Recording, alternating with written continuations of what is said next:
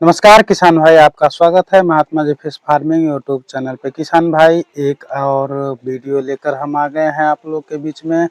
और आज के वीडियो में हम बात करने वाले हैं कि आईएमसी का फिश फार्मिंग अगर आप करते हैं तो तालाब में भैंस को, जानवर को जाने देने से क्या फ़ायदा होता है और किस तालाब में जानवर को नहीं जाने देना चाहिए और क्या नुकसान हो सकता है किस तालाब में जाने देने से।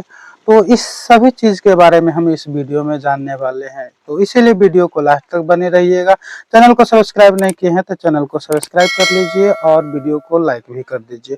अगर जानकारी अच्छा लगे तो अपने करीबी मित्रों दोस्तों के साथ वीडियो को शेयर भी कर सकते हैं। तो चलिए वीडियो को शुरू करते हैं। किसान भाई, पहले पॉइंट में बात करते हैं। जिस तालाब में भैंस जानवर नहाने जाता है तो पानी टूटता है, जिसके कारण आपके पानी में किसी प्रकार का प्रॉब्लम नहीं देखने को मिलता है। दूसरे पॉइंट में करते हैं, जिस तालाब में भैंस जानवर जाता है नहाता है तो मछली आपका एक्टिव रहेगा, क्योंकि भैंस जाती है तो नहाती है इधर उधर, तो मछली आपका दौड़ेगा भागेगा और मछली आपका एक्टिव रहता है। और एक्टिव रहने के कारण मछली में रोग नहीं होगा, फुर्तीला होगा, पाचन क्रिया उसका बढ़ेगा, क्योंकि जितना वो दौड़ेगा मछली रोग मुक्त रहेगा। तो दूसरा फायदा आपको ये देखने को मिलता है। तीसरे पॉइंट में बात करते हैं, जिस तालाब में भैंस जानवर आपको पानी में जाता है नहाता है उस तालाब के पानी का पीएच, नाइट्रेट और अमोनिया भी कुछ स्तर तक कंट्रोल में रहता है, क्योंकि जो भैंस होती है अगर आपके तालाब में जाती है ज़्यादा संख्या में तो पानी को एकदम कंट्रोल में रखती है, तोड़ती है और नीचे की ज़मीन को भी उसका पैर है ज़मीन में धंसता है और जो भी नीचे अगर आपका अमोनिया बैठा रहता है उस सब चीज़ को वो कंट्रोल में करता है, ऊपर आता है, काई के रूप में बदलता है और मछली उसे खाती है। चौथे पॉइंट में बात करते हैं, भैंस के तालाब में जाने से आपको 10 से 20% तक भोजन मछली को मिल जाता है। कैसे? भैंस तो उसमें मल त्याग करता है। मल त्याग करने के कारण जो भैंस खाती है कुछ गोबर में उसका दाना का अंश रहता है। दूसरा, गोबर उसका पानी में डायरेक्ट रूप में मिलता है, जिससे जूप्लैंक्टन का निर्माण होता है, प्लाइटोप्लैंक्टन का निर्माण होता है, जिससे मछली बढ़ती है। तो ये हो गया आपका चौथा फायदा। इससे होता है क्या, किसान का कॉस्ट कम जाता है फीडिंग्स का और मुनाफा बढ़ जाता है जिस तालाब में भैंस नहाने जाती हैं। जिस तालाब में भैंस अगर काफ़ी संख्या में नहाती है, अगर आपका 4-5 एकड़ का पॉन्ड है, उसमें तालाब में भैंस 50 से 100 की संख्या में अगर डेली नहाती है तो आपका तालाब का मछली फ्री में बढ़ जाएगा। उसमें आपको कमर्शियल फीड्स देने की आवश्यकता ही नहीं पड़ेगी।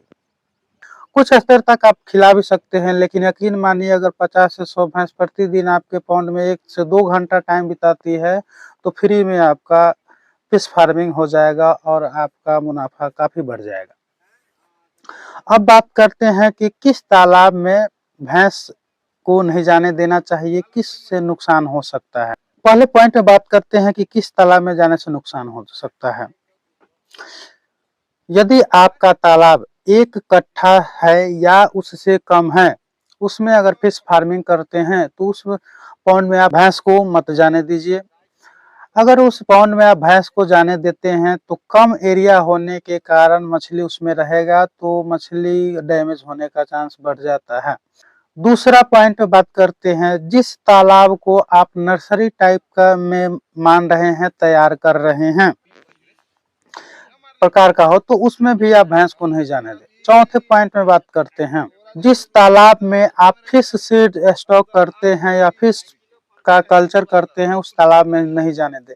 अगर आप मान लीजिए कि आपके फिश नर्सरी में आपका बच्चा सीड्स लगा हुआ है, उस तालाब में जाता है तो छोटा छोटा बच्चा होता है, जमीनी सतह पर रहता है, साइड में रहता है, तो भैंस जाएगी तो जिसके कारण उसका पैर से चोट लगने से, ज़्यादा पानी के बहाव से मछली आपका सीड्स डैमेज हो जाएगा।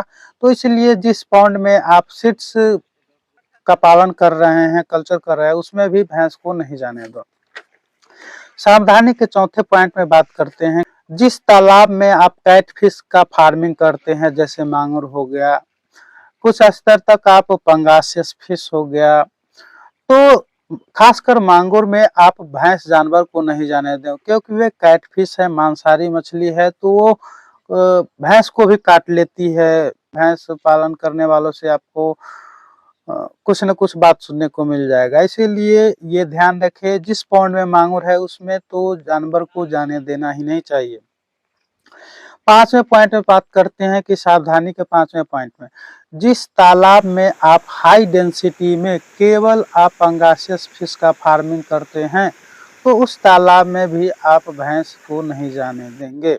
ऐसा इसलिए क्योंकि पंगासियस फिश होता है, कोई भी अगर हलचल होगा, अगर ज़्यादा हाई डेंसिटी में आप करते हैं, कोई भी हलचल होगा तो वो तुरंत वहां पहुंच जाती है। तो जानवर कोई भी जाएगा तो उस वहां तुरंत पहुंच जाएंगे, उसके कांटे होते हैं, जानवर को लग जाएंगे, हो सकता है कि मछली भी आपका डैमेज हो जाए।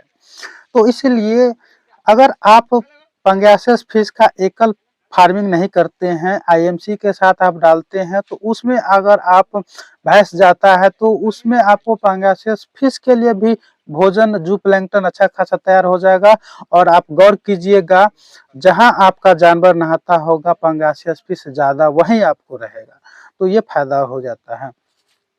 किसान भाई, ये थी फुल जानकारी कि तालाब में भैंस को नहाने देने से क्या फायदा होता है।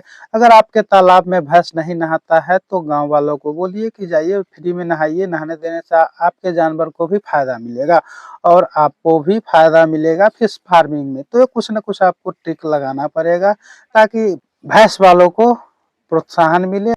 किसान भाई, ये थी जानकारी। वीडियो अच्छा लगा तो वीडियो को अगर लाइक नहीं किए हैं तो फिर से लाइक कर दीजिए, चैनल को सब्सक्राइब कर दीजिए। मिलते हैं अगले वीडियो में, जब तक के लिए नमस्कार।